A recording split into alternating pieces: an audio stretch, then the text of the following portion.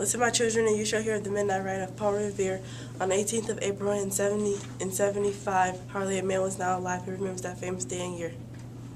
He said to his friend, if the British march by land or sea from the town tonight, hang a lantern aloft in the belfry arch of the North Church Tower as a signal light, one if by land, two if by sea.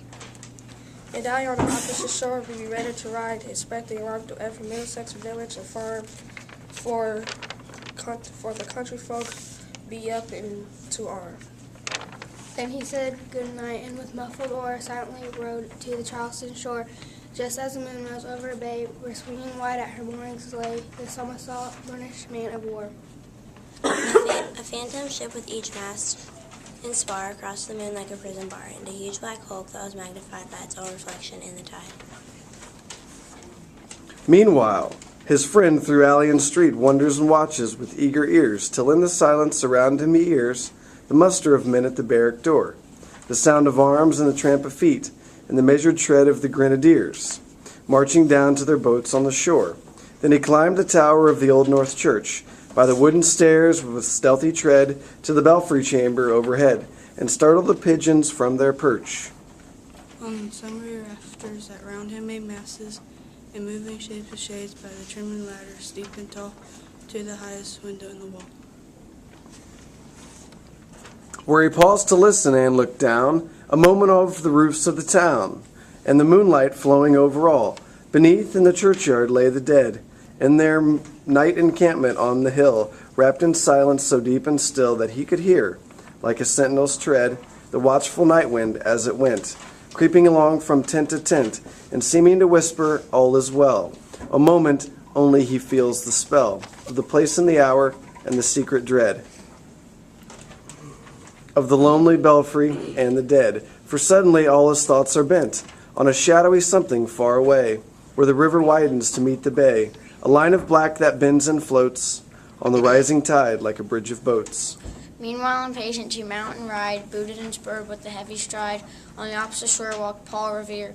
Now he patted his horse's side, now he gazed at the landscape far and near, then impetuous stamped the earth, turned and tightened his saddle girth.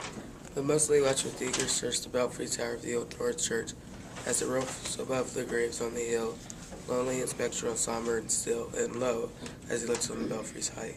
A glimmer, and then a gleam of light. He springs to the saddle, the bridle he turns, but lingers and gazes till full in his sight, a second lamp, and the belfry burns.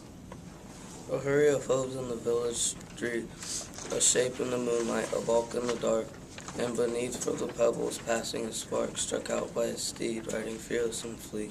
That was all, and yet to the gloom and the light, the fate of a nation was riding that night.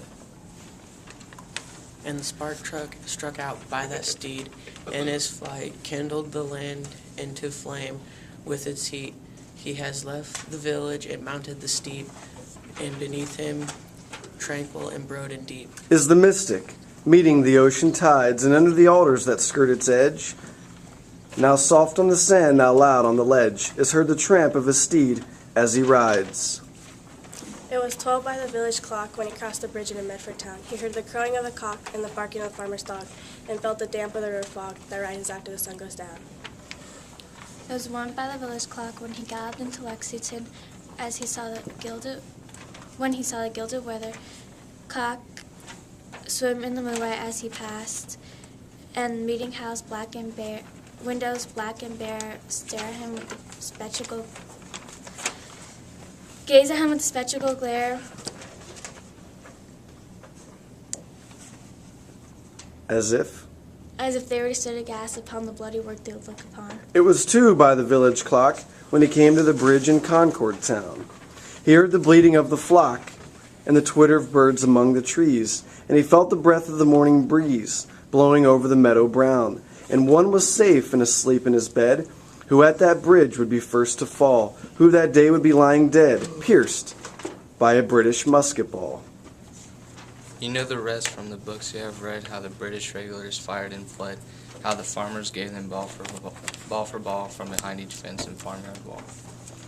Chasing the coats down the lane, then crossing the fields to come up again, beneath the tree at the end of the road, only pausing to fire and load.